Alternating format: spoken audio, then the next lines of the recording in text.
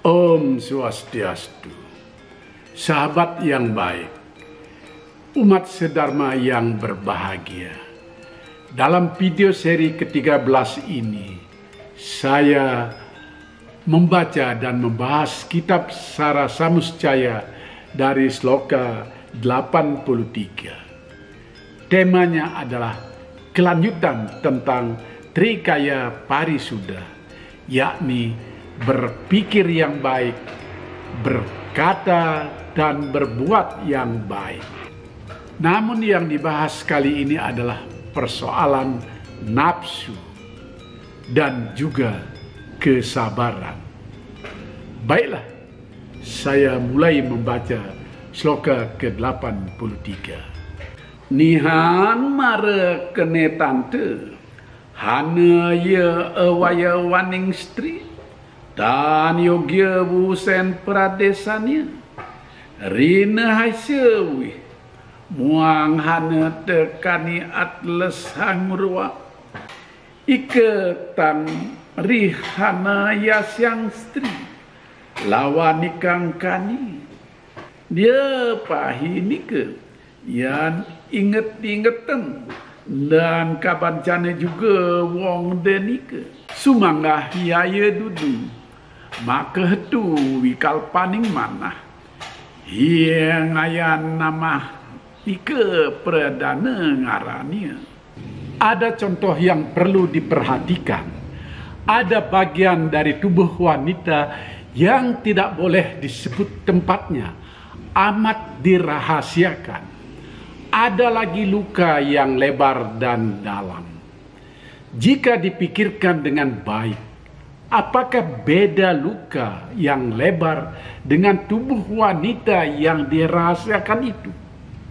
Maka tergodalah siapapun yang menganggap kedua hal itu berbeda, karena masing-masing punya persepsi yang berbeda.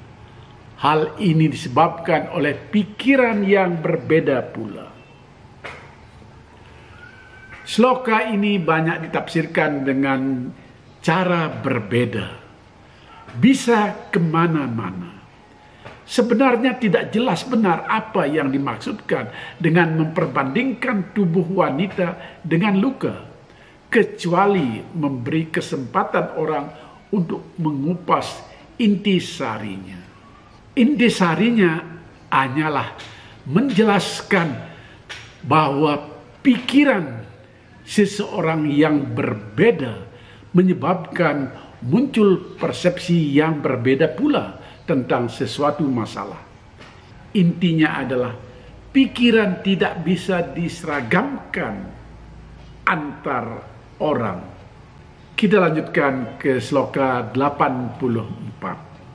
Lawan waneh hana ye muka sawa ngarani, madya matahapan tutuk asilih, mangkana rakua kramanikang sang kami muang kami ni, yan delon tan hana bedanya lawan ilu, ye muka sawa dan yan ilu pengaraning wong, elik aja jabia.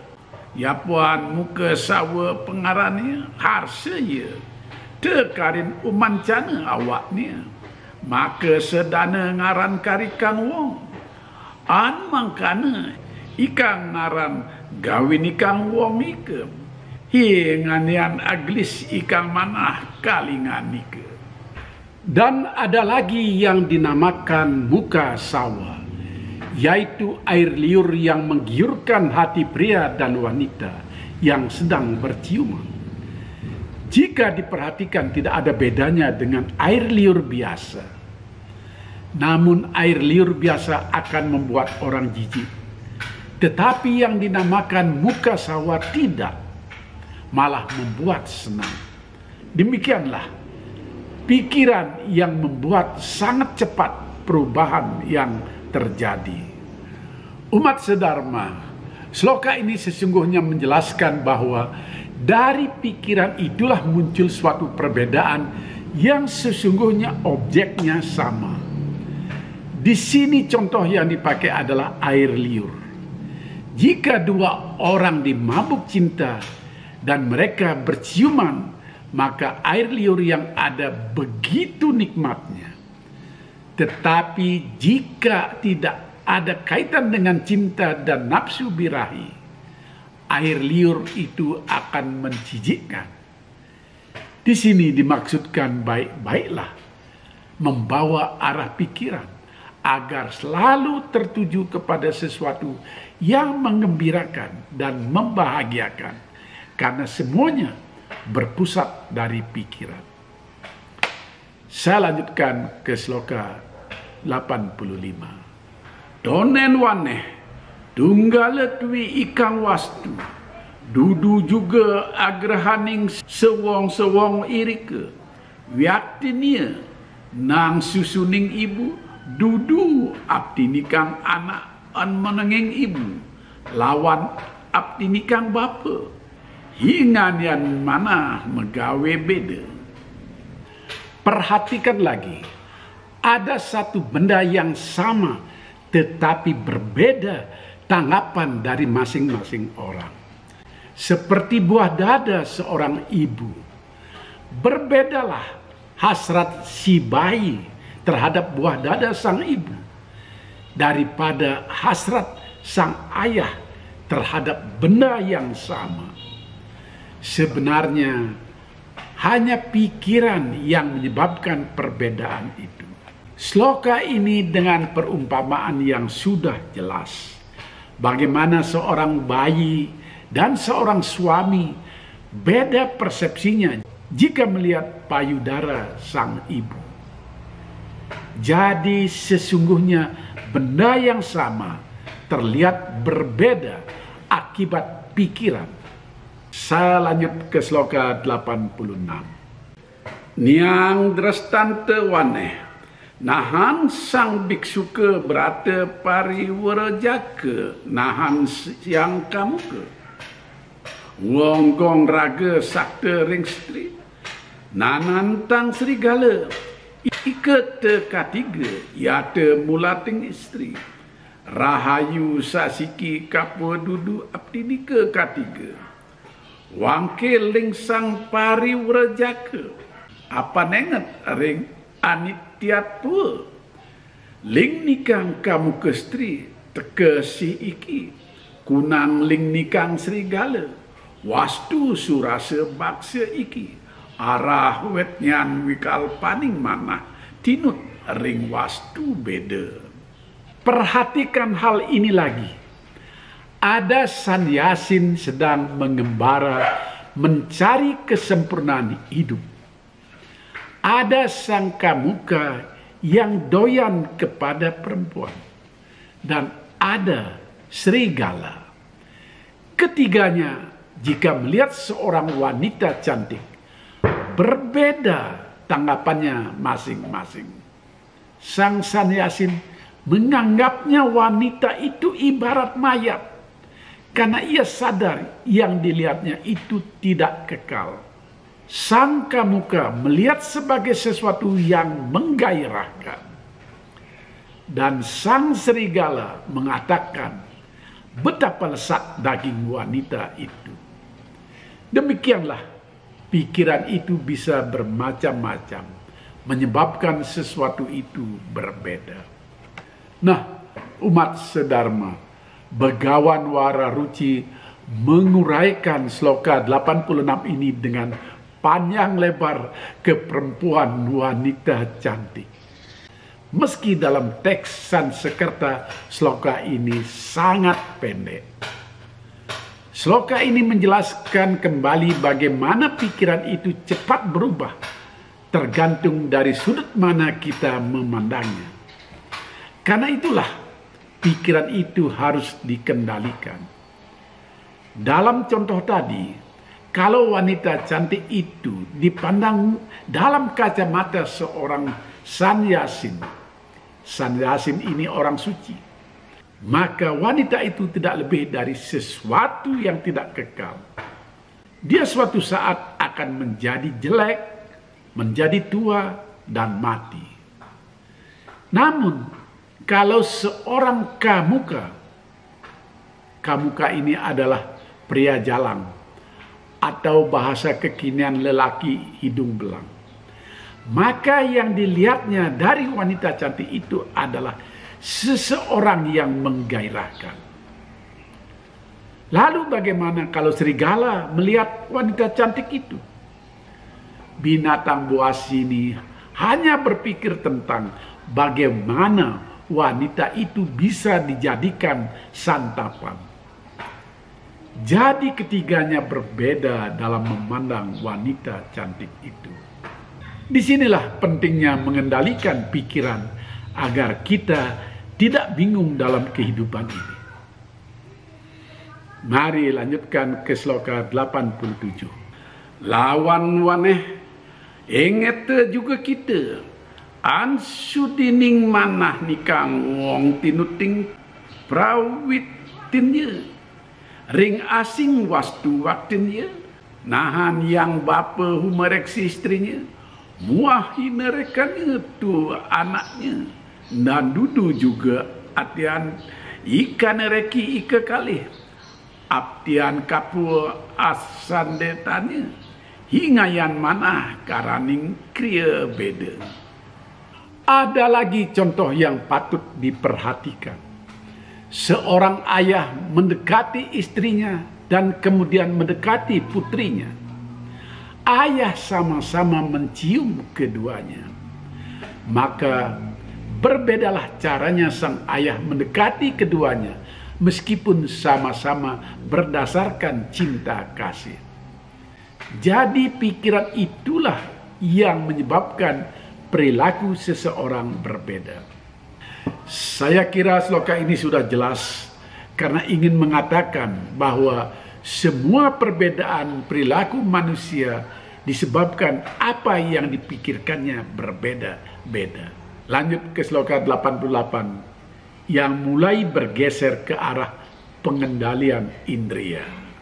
Hana temengke kramania engin ring drabaning plan mading ke ing sukannya ika muang mangkana yati ke pisaningun temuang suka mangke ring para loketui matang nia arya kena ika sang mayun langgeng anemuang suka. Orang yang berperilaku ingin menguasai milik orang lain dan dengki terhadap kebahagiaan orang, maka orang itu akan mustahil menemui kebahagiaan baik dalam kehidupan sekarang maupun nanti. Hentikan perbuatan itu jika ingin mencapai kebahagiaan abadi. Nah, sloka ini sudah jelas bagi mereka yang ingin memperoleh kebahagiaan abadi. Hendaknya jangan sekali-kali berkeinginan untuk memiliki sesuatu yang bukan haknya. Jangan sekali-kali berperasaan iri hati dan dengki kepada orang yang kebetulan sedang beruntung. Keberuntungan orang tidak harus membuat kita iri. Lanjut ke sloka 89.